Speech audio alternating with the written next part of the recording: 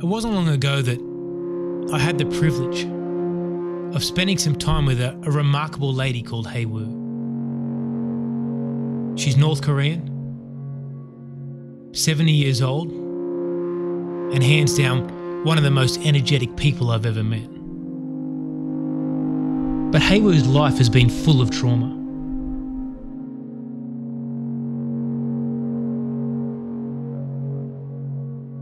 In 1997, in the midst of a great famine in North Korea, Hea-Woo's daughter, in her mid-20s, starved to death in her own home. Hea-Woo's husband escaped to China. He found God. But sadly, he was caught by the secret police. And 6 months later, he died in a North Korean prison camp. Hea-Woo said to me, "I was shocked to hear that my husband had become a Christian. But instinctively, I knew that he had found the truth."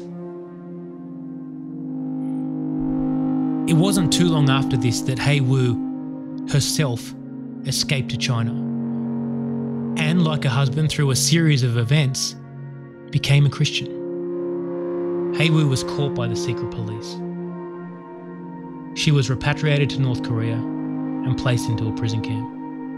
As I spent time talking with Hea-Woo about life in these prisons, death so rampant that bodies would lay on the ground for 3 or 4 days without being cleaned up. Stories of mental and physical abuse that would make you sick to the pit of your stomach.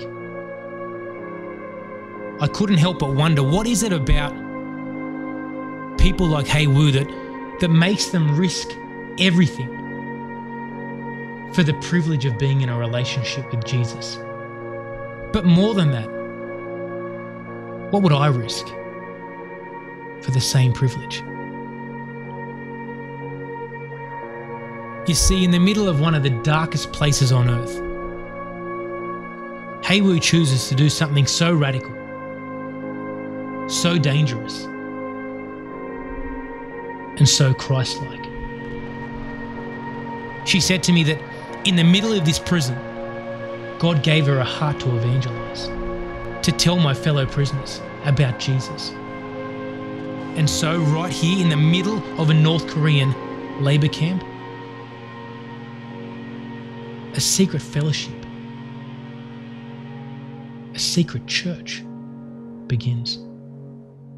You know, I was recently asked one of those questions that stays with you for weeks, one of those questions that kind of reverberates around your mind and captures your every thought. You see, someone asked me, if Jesus Christ walked the earth today, would you follow him?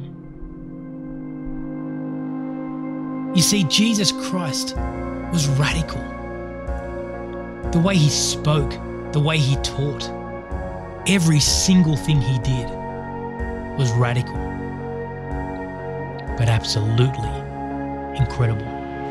You know, this idea of this smiling, happy Jesus that kind of, he gives you everything, but calls you to nothing. It just doesn't sit right. It's stories like Hea-Woo and other people who are regularly persecuted for their faith that brings a perspective unlike anything else. People who obediently, selflessly, and courageously follow Jesus. Hea-Woo had a church in a place so putrid that no one dare go near them. Inside a prison, where if caught, you would be tortured and killed without exception. You see, we serve Jesus Christ, the Saviour of the world, and a radical. And our response to that should be to uncompromisingly,